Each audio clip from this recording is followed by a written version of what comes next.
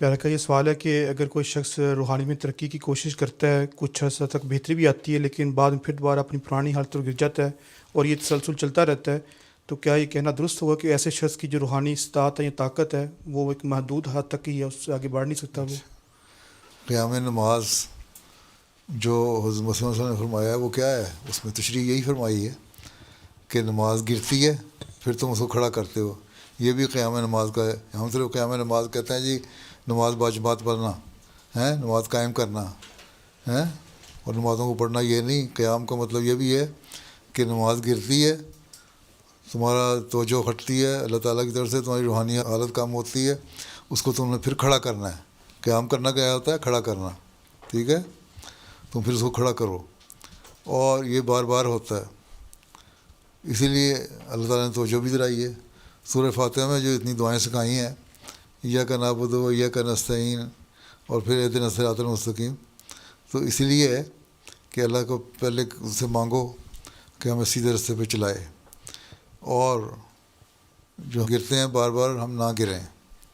تو جب نفس مطمئنہ کی حالت طاری ہو جاتی ہے، ایسی حالت، تو پھر انسان نہیں گرتا۔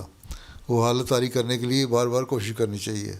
تو نفس لوامہ سے نفس مطمئنہ کی طرف بھی جانا چاہیے نا۔ پھر جب تم گرتے ہو تو ملامت کرتا ہے نا دل، کیونکہ وہ میری نماز صحیح ادا نہیں ہوا ہے، میری روحانی حالت میں کمی ہوگی، یہی لوامہ ہے، ٹھیک ہے؟ اب اس کو بہتر کرنے کے لیے دعا کرو، نفل پڑھو، دنیا کے جو چکا چوند ہے، جو چمک ہے، اس سے پرے ہٹو، دنیا کے جو غلط قسم کے جو توجہ ہے یا ترجیحات ہیں ان سے بچ کے رہو، تو پھر اللہ تعالیٰ سے مانگو دعا، تو اللہ تعالیٰ قبول بھی کرتا ہے۔ تو یہ تو مستقل ہے۔ اسی استغفار کے بارے میں بھی تم پڑھا ہے نا، استغفار کے بارے میں کبھی پڑھا ہوگا مسلم صاحب کو، میں تو بھی دے چکا ہوں کئی، کہ استغفار بھی اسی لیے ہے کہ آئندہ گناہوں سے بھی اللہ تعالیٰ بچائے، اور روحانی حالت جو ہے اس کو گرنے سے بچائے۔ تو یہ استغفار بھی ضروری اس لیے ہے، اس لیے کہتے ہیں نا استغفار زیادہ کرو۔ تبھی میں نے جماعت کو پچھلی تاریخ بھی کی تھی نا، استغفار زیادہ کرو، درود پڑھو، استغفار پڑھو، ٹھیک ہے؟ تو اسی سے بہتر ہوگی حالت۔ یہ کہنا کہ جی اللہ تعالیٰ کی یہی مرضی ہے کہ ہم یہیں رہیں، یہ غلط ہے۔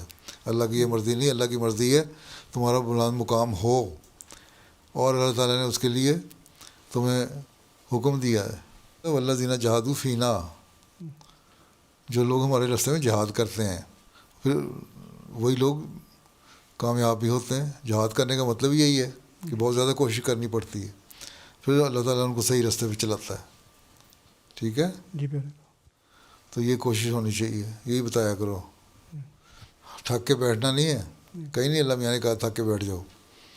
ہاں باقی اللہ تعالیٰ مہربان ہے، اللہ تعالیٰ کہتا ہے تم ایک نیکی کرتے ہو میں تمہیں 10 گنا اس کا اجر دیتا ہوں، گناہ کرتے ہو، برائی کرتے ہو، اس کے برابر گناہ ہے۔ تو اس کا مطلب ہے دوسرے لفظوں میں کہ اگر ہر گناہ کے بعد اگر آدمی نیکی کر لے تو گناہ تو ختم ہو گیا۔